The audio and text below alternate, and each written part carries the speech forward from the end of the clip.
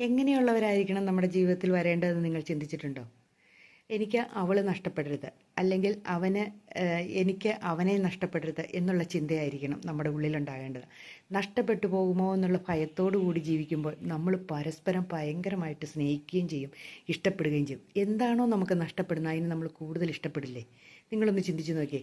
ഒരു വെള്ളത്തിൽ വീഴുവാണെങ്കിൽ നമ്മൾ എന്തുകൊണ്ടാണ് അവളെ നഷ്ടപ്പെടരുത് അല്ലെങ്കിൽ അവളെ നഷ്ടപ്പെടരുതെന്നോർത്ത് നമ്മൾ വലിച്ചെങ്ങനെയെങ്കിലും കരയിൽ കയറ്റാൻ നോക്കും. ഏത് അപകടങ്ങളിൽ പെട്ടാൽ പോലും നമ്മൾ പരമാവധി രക്ഷിക്കാൻ വേണ്ടി നമ്മുടെ ജീവൻ പണയം വെച്ചും പോലും നമ്മൾ രക്ഷിക്കാൻ ശ്രമിക്കും. അപ്പോൾ അങ്ങനെയായിരിക്കണം നമ്മുടെ ജീവിതത്തിൽ മുന്നോട്ട് പോകുന്ന ഓരോ യാത്രയും.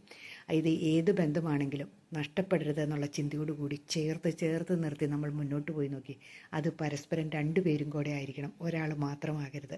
രണ്ടുപേരും കൂടെ ആകുമ്പോൾ ഉണ്ടല്ലോ, ആ സ്നേഹത്തിൻ്റെ ആഴം ഒന്ന് മനസ്സിലാക്കി നോക്കി നിങ്ങൾ, എന്തുമാത്രം സ്നേഹമായിരിക്കുമെന്ന്.